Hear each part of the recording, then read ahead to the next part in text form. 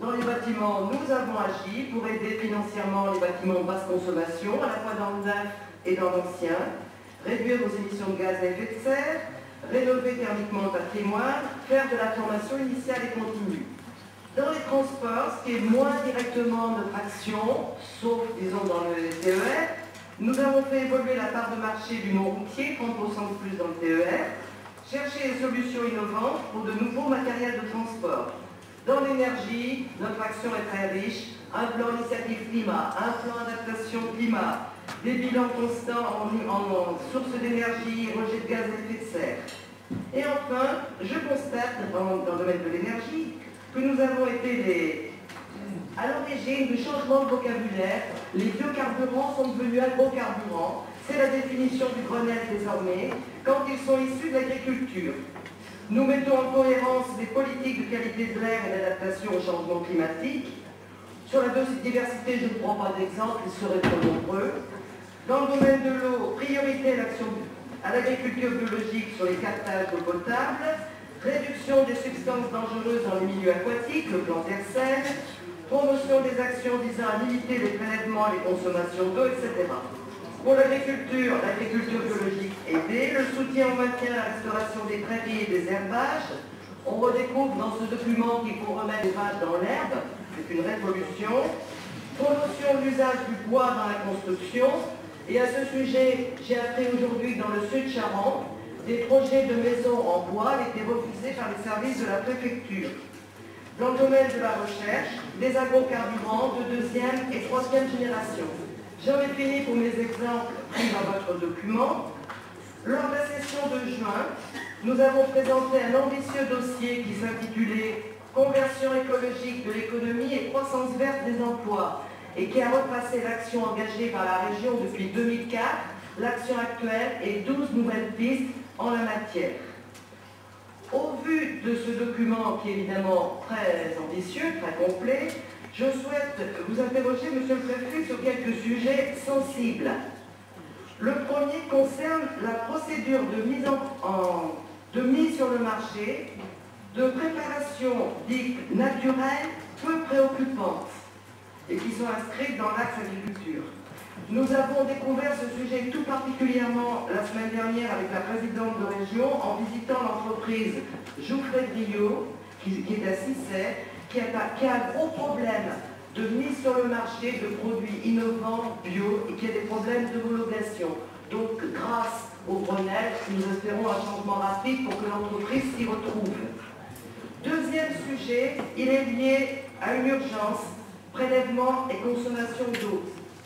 J'habite au bord du Plain depuis 12 jours maintenant. La station de mesure du Pont-Joubert à Poitiers enregistre des débits inférieurs à 3 mètres cubes secondes, qui est le débit d'objectif d'étiage.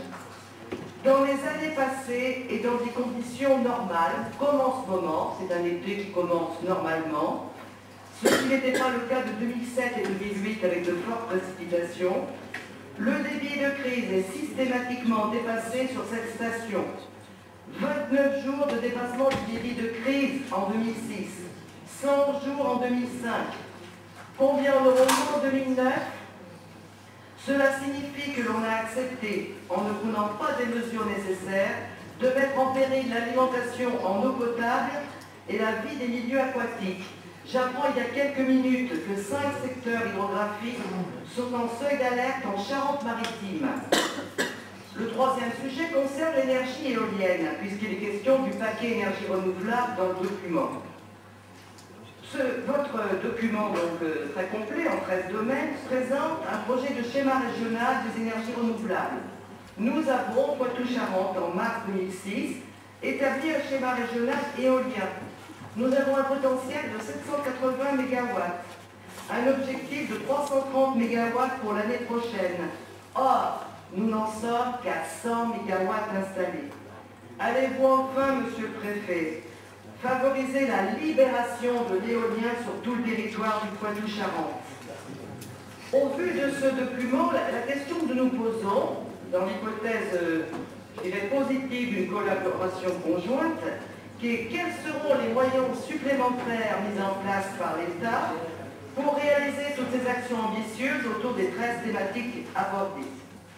Et puis enfin, votre appel de tout à l'heure dans notre direction concernait notre participation sur deux grands programmes, l'un ferroviaire, mon collègue en a parlé, et l'autre routier, le fameux PPMI.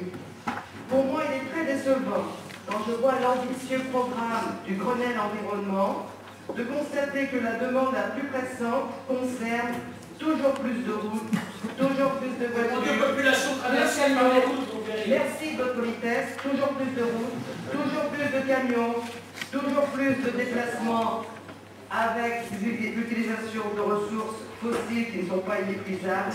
Est-ce là l'esprit de la mutation durable dont vous parliez tout à l'heure? Je vous remercie. Le Grenelle de l'environnement